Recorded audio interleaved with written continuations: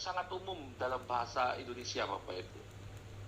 Jadi mungkin Bapak Ibu pernah mendengar di satu forum mengatakan bahwa ketika menulis academic writing, menulis skripsi dalam bahasa Inggris atau bahasa Indonesia, upayakan kita menulis dalam bentuk pasif. Mungkin perlu Bapak Ibu ya waktu itu dikatakan diajari bahwa gunakan pasif, jadi hindari penggunaan saya, menggunakan kami. Kenapa? Sebenarnya itu untuk menunjukkan objektivitas bahwa ini bukan tentang saya, tapi ini lebih tentang pada penelitiannya atau lebih pada datanya.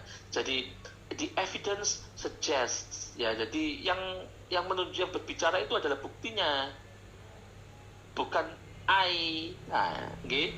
Jadi ini yang dimaksud dari appears objective itu. Ya, I suggest kayak gitu tidak, tapi the evidence suggest. Jadi yang berbicara itu evidence-nya, bukan kita.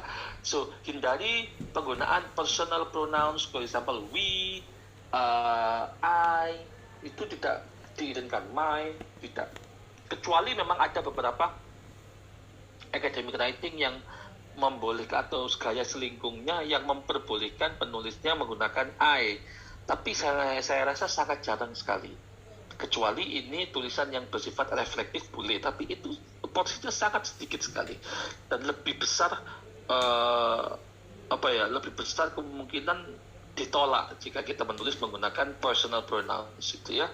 Jadi inilah kenapa bahwa ketika menulis bahasa akademik itu disarankan untuk menulis dalam bentuk pasif ya daripada menggunakan kalimat aktif dan sebagainya. Itu untuk menghindari subjektivitas, tetapi mengangkat atau mendorong adanya objektivitas dalam menulis academic writing.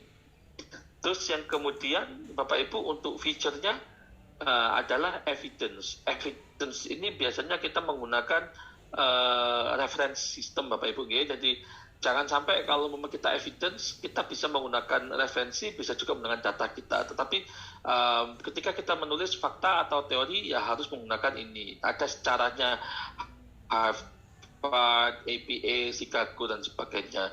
Upayakan menggunakan pertama penulis dan tahunnya.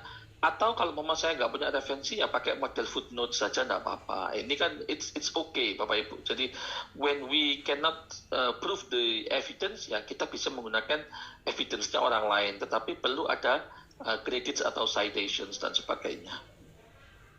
Nah, kita akan bicara tentang style Bapak Ibu. Kalau tadi kita style tentang pemilihan kata, jadi bagaimana kita mengedit bahasa kita supaya lebih formal, terus kemudian lebih objektif daripada subjektif. Sekarang kita berbicara tentang structure. Ini bisa digunakan Bapak Ibu untuk mengedit kalimat Bapak Ibu. Structure Bapak Ibu kebanyakan ketika kita menulis ya, when we write our articles in bahasa Indonesia, I don't know whether it is subjective or not, but I think Indonesian or Asian people tend to write like beating the bush itu. Berliku-liku, terlalu banyak intermezzo, bertele-tele. Jadi bulat kalau mama itu. Nah, padahal kalau mama kita menggunakan bahasa yang benar, efektif, dan concise, saya percaya bahwa akurasi Google Translate itu sudah hampir 90%. Nah, makanya Bapak Ibu kadang hasilnya Google Translate itu nggak bagus, itu karena bahasa kita yang nggak bagus, bahasa Indonesia kita nggak bagus. Maka Bapak Ibu, kalau memang kita ingin memperbaiki strukturnya, maka perbaiki struktur ya, bahasa kita dan sebagainya itu. Coba kita lihat dan sebagainya. Jadi, academic writing itu efektif bahasanya. Ada yang menggunakan bahasanya yang bertele-tele, tapi kan tidak disarankan. So, jelas efektif kalimatnya. Kemudian jangan menggunakan kalimat-kalimat yang terlalu panjang Bapak Ibu, atau klausa-klausa yang panjang, overlong ini. Apakah nggak boleh Pak? Boleh, tapi levelnya sudah advance ini. Maka saya katakan ya, especially for beginner. Jadi saya menganggap yang non ini beginner, itu hindari kalimat-kalimat panjang Bapak Ibu. Jadi upayakan menulis kalimat yang jelas dan cukup, tetapi jelas, daripada menulis kalimat yang panjang dan sebagainya atau diulang-ulang, tidak perlu. Terus kemudian contohnya ini, jadi break independent clauses into two sentences with full stop. Jadi kalau memang kalimatnya panjang, ya dipecah jadi dua. Itu biasanya kalau kita menulis bahasa Indonesia, membuat dalam bahasa Inggris. Saya bekerja sebagai editor, sering mengalami hal-hal seperti ini, Bapak Ibu.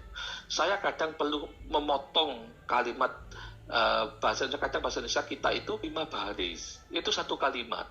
Nggak apa-apa, tapi kan it is over long sentence, Bapak Ibu, nggih. Maka perlu disingkat supaya kita gampang untuk menerjemahkannya. Terus kemudian selanjutnya adalah penggunaan semicolon. Semicolon itu menghindari supaya kalimatnya nggak terlalu panjang. Kalau mau dikasih titik juga ada enak, maka kita menggunakan titik koma. Artinya itu kalimat itu ya berhenti tetapi masih nyambung, boleh. Itu kita pakai karena kita bahasa asing, bukan